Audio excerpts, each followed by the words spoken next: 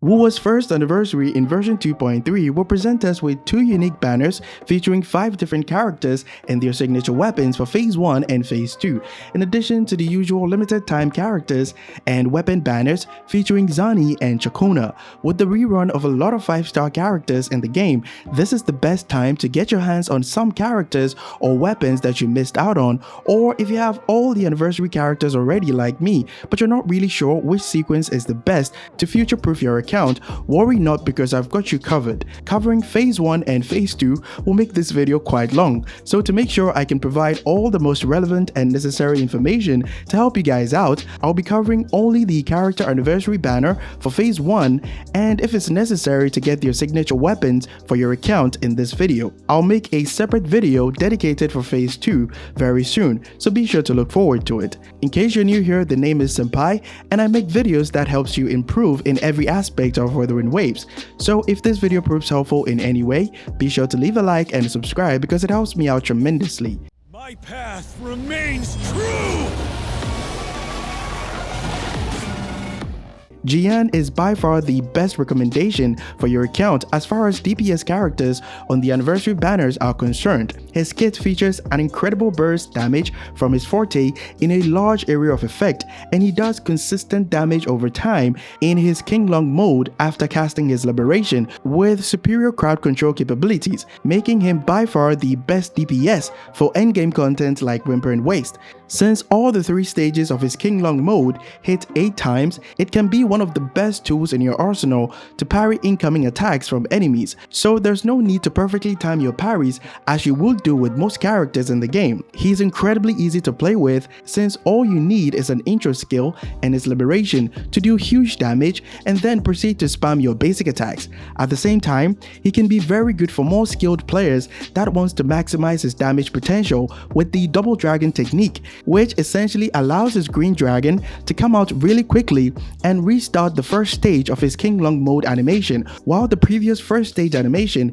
is ongoing, which can significantly increase his DPS. His team options are also not expensive because Mortefi is a 4-star who is quite easy for players to gain access to at least S0. Jiyan is also among the few characters that has anti-interruption built into his kit, which makes it easy for you to do damage, but keep in mind that this is not a 100% anti-interruption, so you can still be sent flying by enemies. But with all that said, Jiyan has some flaws as well. He's overly reliant on his liberation to do a significant portion of his damage, so you need to always rotate your team in such a way that he can use his liberation immediately after his intro from Mortefi.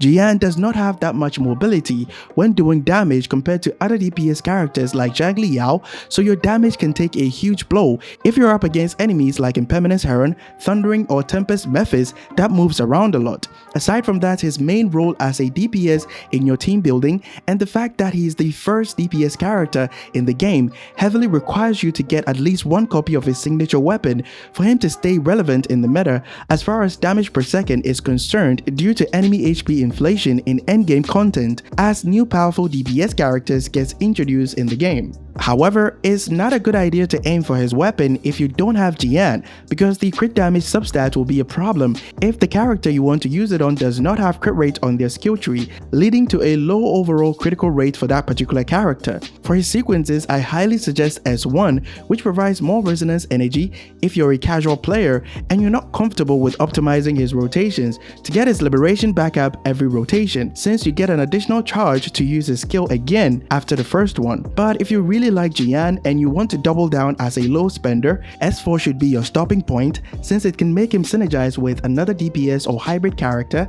that scales off heavy attack damage, further increasing his team options to include a double DPS playstyle with future characters that will get introduced in the game. If you need more information on his rotations and the double dragon technique, you can watch this video where I explained everything you need to know in detail. Link will be in the video description.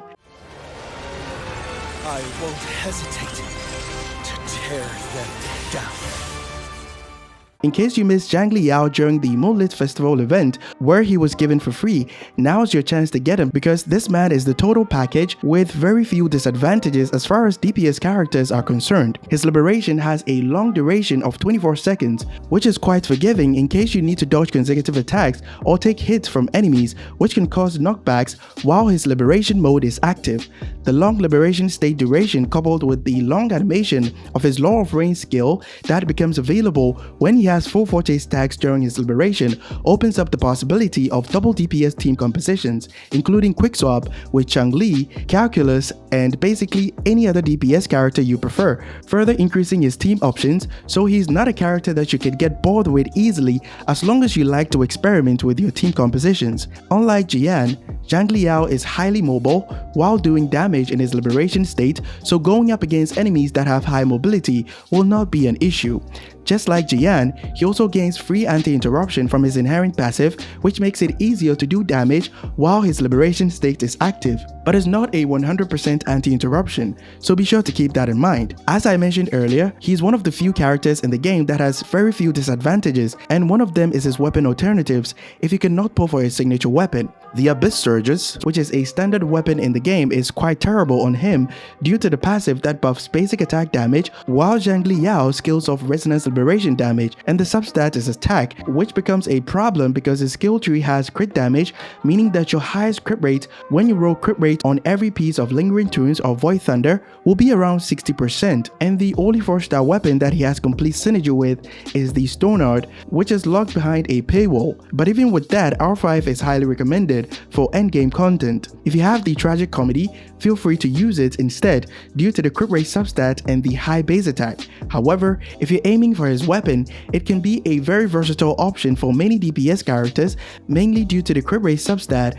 which is 2.3% more than what 4-course echoes provide, and it has a high base attack as well. Xiangli Yao does not have a decent 4-star character that can act as a sub-DPS buffer in the game, unlike other characters like Camellia who has access to Sanhua. For standard characters, the best 5-star option that everyone might have based on how often you lose your 50-50 is Zheng Xin due to her outro skill that amplifies liberation damage, but her concerto inefficiency put her at a disadvantage, which can increase the time that you spend on your rotations. S1 fixes this issue, but even if you don't have it, she can still function properly at S0, but you need to give her double intro skills, one from your healer and the other one from Xiangli Yao after doing damage to provide more concerto energy so that she can outro quickly. Hence, Verena will be your best healing buffer in this team since she does not need the intro from Xiangli Yao, unlike Shorekeeper who needs the intro to perform her special intro skill and recovers more concerto energy. For his sequences,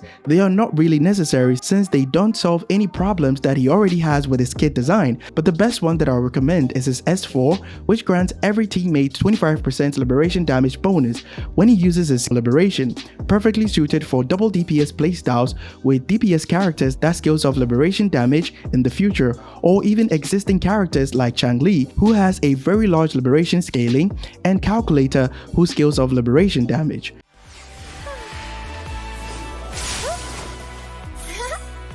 In the name of Imperator.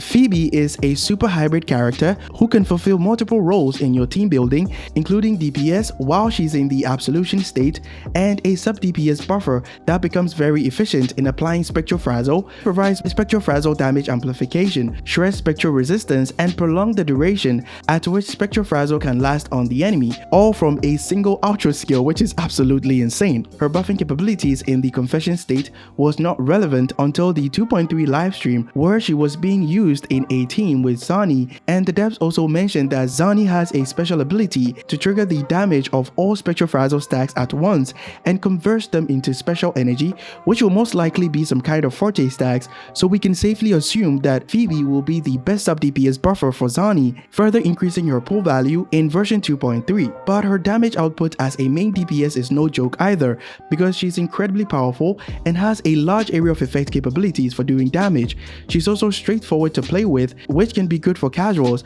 but boring for those who prefer a more engaging type of playstyle. For those that claimed all the limited time rewards from the Old Man in the Whale event, it means you have a solid 4-star weapon for Pheobe, which is the Ocean's Gift that buffs up to 40% spectral damage bonus at R5, so you don't need her signature weapon. The large crit rate substat on her signature weapon is the best selling point in terms of versatility, but you're better off with the String Master due to how the passive works, which I'll explain in detail at the Zhezhi and Yinlin pull value analysis section of this video. Pheobe is arguably the most free-to-play character in the game because all her best teams as a main damage dealer involve Spectral Rover to apply Spectral Frazzle stacks and 4-star characters like Sanhua due to her Chameo-style basic attacks scaling off basic attack damage when she's in her circle after a skill cast, and Mortefi is also available to amplify the heavy attack style flash damage. For her sequences, target S2, which provides additional 120% Spectral Frazzle damage amplification, which can be a strong upgrade for characters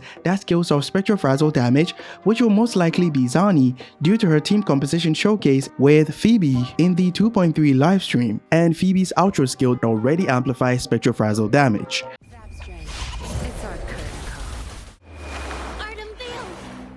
Sub-DPS buffers like Yinlin and Zhezhi are an absolute must-pull for every account due to their concerto efficiency, meaning low fuel time requirement, and split scaling type of damage amplification effects like Yinlin's outro skill that amplifies electro damage and resonance liberation damage, so she can basically be slotted into many teams where the damage dealer scales off liberation damage. Same with Zhezhi, who amplifies resonance skill damage, meaning that they will continue to have value for many patches to come as long as DPS characters that gets released in the future scales off liberation and resonance skill damage. In addition to team versatility, they also provide coordinated attacks which can be quite useful for damage dealers in the future that needs it, or existing characters like Jiyan. The best part about Yinlin and Zhezhi is that they can help future-proof your account as well if you have DPS characters like Xiangli and Carlotta on your account who can make use of all the damage amplification effects that they can provide from their outro skill. So having them means that Xiangli and Carlotta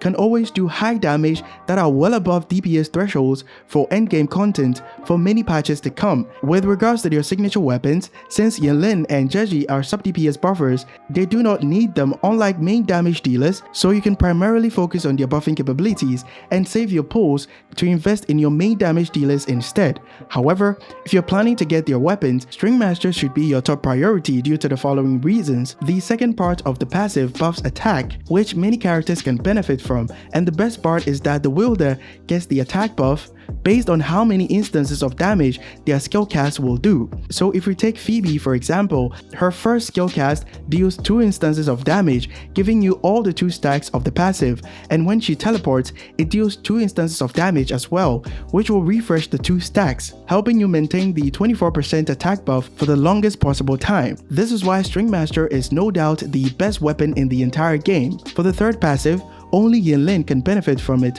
because it grants 48% attack buff when the wielder deals resonance skill damage from off-field, so it's a mistranslation issue. For sequences, target S4 for Yinlin, which buffs team-wide attack by 20% when she uses her Forte heavy attack. The same applies for Zhezhi. Her S4 increases team-wide attack as well by 20% when she uses her Liberation. Their S6 basically turns them into hybrid characters since they can act as the main damage dealers in your team compositions due to the high damage increase that it provides, but it's not really necessary since you can just depend on your buffing capabilities at S0 and you can clear all types of content. That pretty much sums up my pull value analysis for phase 1 of the anniversary banners. Be sure to leave a like and subscribe if this video was valuable to you in any way. If YouTube got it right, you should like this video that pops up on your screen, so be sure to give it a watch and join our Discord community if you're having any issues with the game or you just want a place to chill or hang out. Link will be in the channel description. Catch you guys in the next one.